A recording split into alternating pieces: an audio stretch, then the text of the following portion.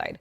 Let's move on now to the big story that came through yesterday. The Ministry of Power has finalized the National Electricity Plan for 2023 to 2032. The total cost of the plan over this entire period is going to be 9.15 lakh crore rupees. That's the kind of investment we're talking about. The National Electricity Plan aims to meet peak demand of 458 gigawatts by 2032. One of its key targets is to facilitate renewable energy integration as well as green hydrogen loads into the grid. To talk about this development, we have with us Mr. Anil Gupta, CMD of KEI, and we also have Amit Uplenchwar, the director at Kalpataru projects. Thank you, gentlemen, so much for joining in. So we've got the big headlines in yesterday with the big targets going all the way up to 2032.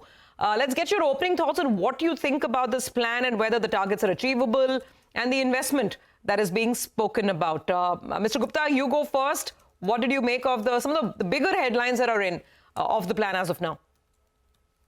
Yeah, thank you for inviting me to the show.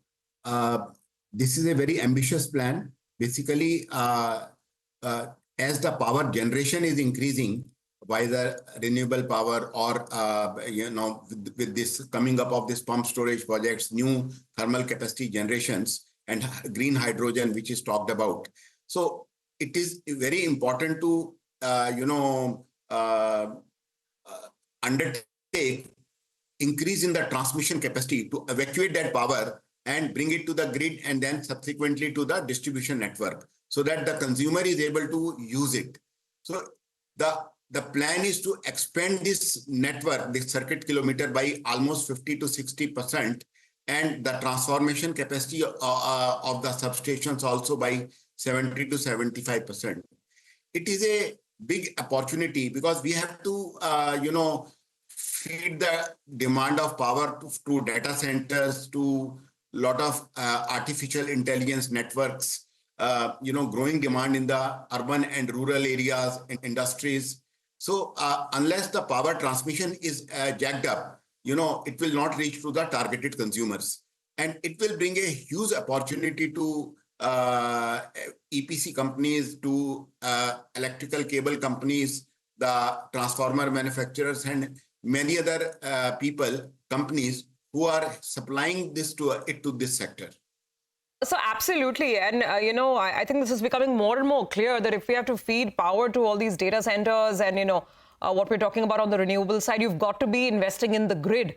And I think that's what the plan really focuses on as well. So just quantify the opportunity if you can. I know it's early days, but for KEI, for instance, what could this mean in terms of revenue potential? Not this year, but let's talk about let's say a 3-year plan.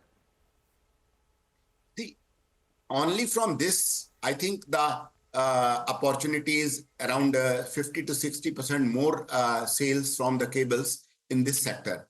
But it will have a compounding effect because the power, from these transmission lines will be delivered to the distribution companies, to household sectors, to real estate, to industries. So it will have a compounding effect by around 2.5 to 3 times compared to what it has a direct impact. So I think it will, triple the requirement of products used in the power systems through transmission of this type of power. Mm-hmm.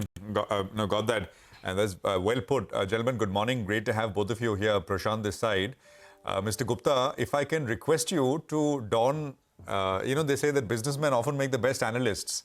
So I'm not asking you what the benefit for KEI will be. If you can just step back, and when you say this is transmission capex, right?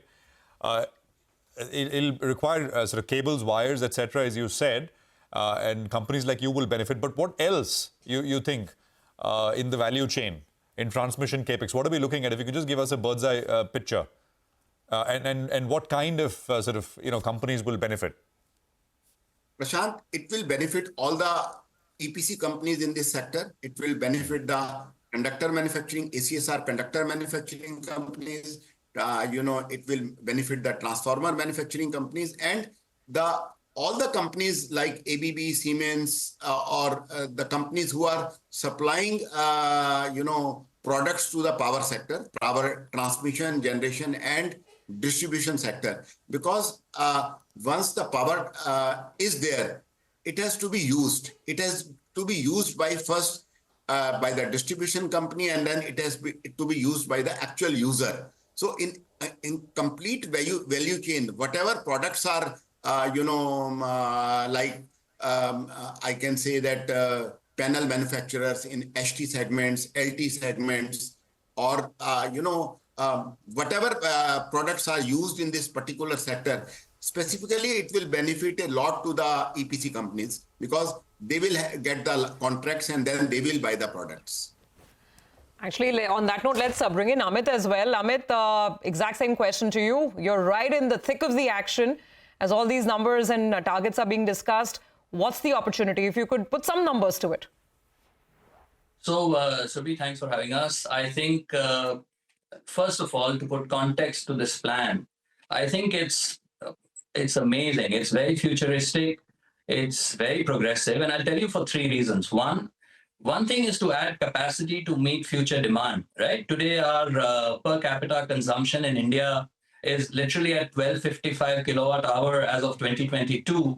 US is 9 times that. China is 4.5 times that.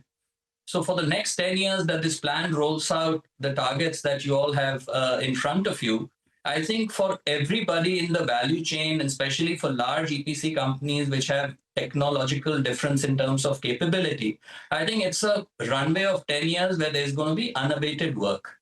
I think, but more importantly, the reason why this grid is very progressive is because if you've noticed, they've spoken about 4 very, very important things.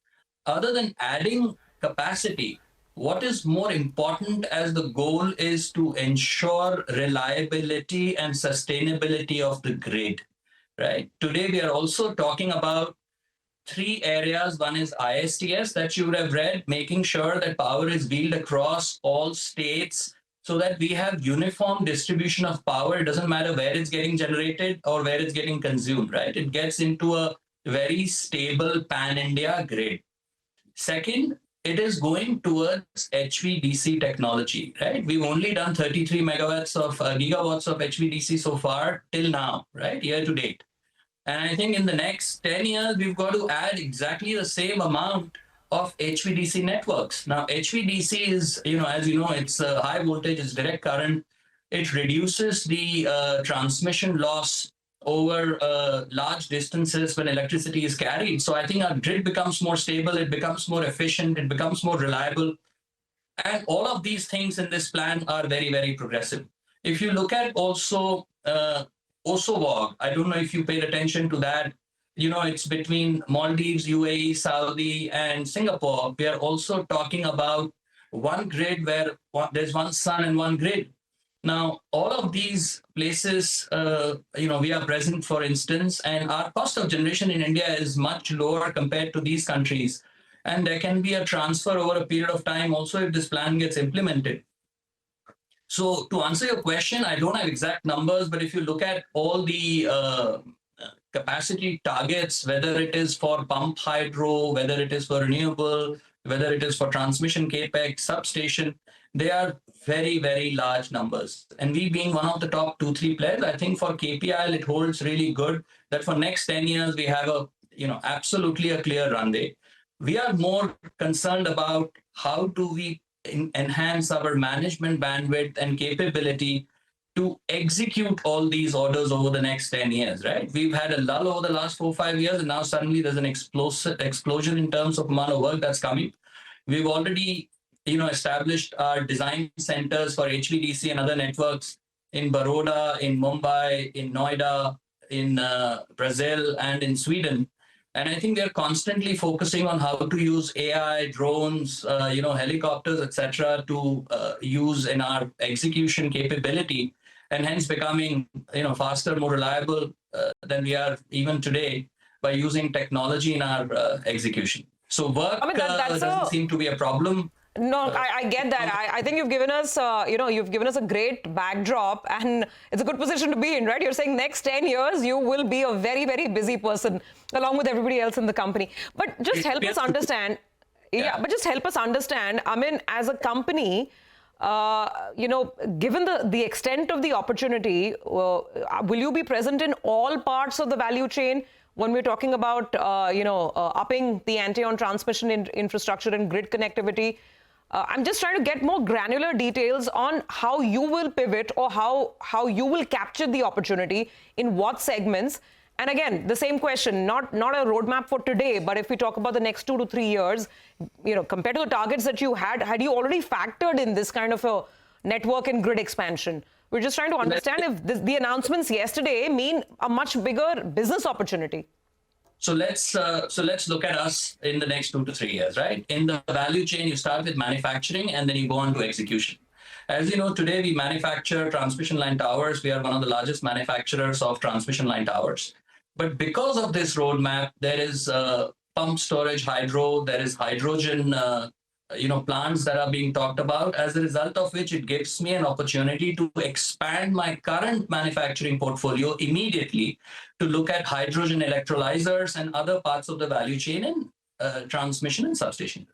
Second, so far as my other businesses are concerned, we have a very large water division, and once pump hydro storage kicks in, it helps my water division to get business, which is a completely new segment that opens for us. We already have the capability to do those.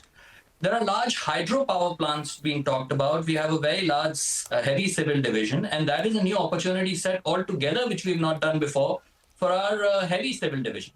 So it's, across the value chain from manufacturing to water business to heavy civil and, of course, transmission and substation. I think for the next 10 years, it opens a huge runway for us. This is interesting. You just mentioned a couple of new verticals as well, hydrogen electrolyzers, heavy civil work, along with everything else that you already do. Very quickly, gentlemen, because we have, I think, less than a minute left on the conversation. So, Amit, you'll have to start thinking about money and putting more capex to work as well, right? Because you're talking about a bigger opportunity here. Maybe some sense, again, I'm trying to get back to some definitive numbers, capex this year, and now with this kind of a backdrop, what is the increase in capex that you would look at? So, Surbhi, we've already said we're going to do around 450-500 crores of capex this year.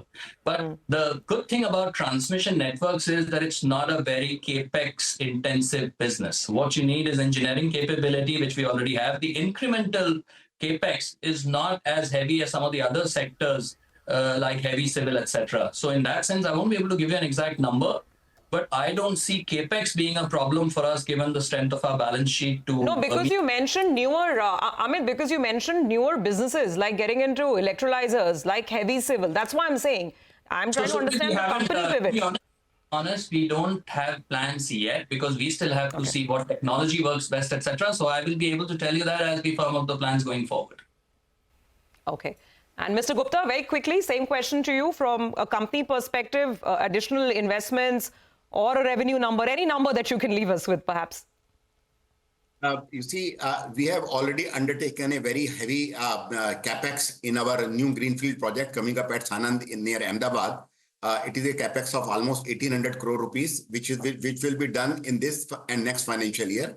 And it will have a compounding effect of our turnover. We will be able to increase our sales by almost 5,000 crore per year from that project.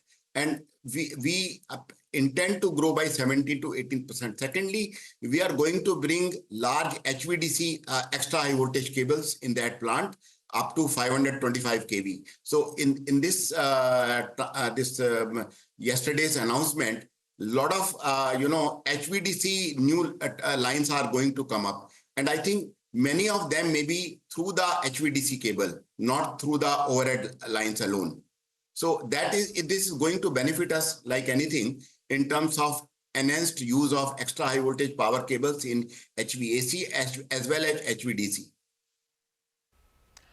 Okay. All right, gentlemen. Great conversation. Thank you very much. This is pretty futuristic stuff, and we hope to get more granular details as the plan rolls along as well. And good luck to both of you in terms of making the most of it. Thank you for joining in today. Well, that's sort of a curtain raiser on what to expect from some of these power companies on the transmission side as the National Electricity Plan rolls along. We'll take a break. On the other side,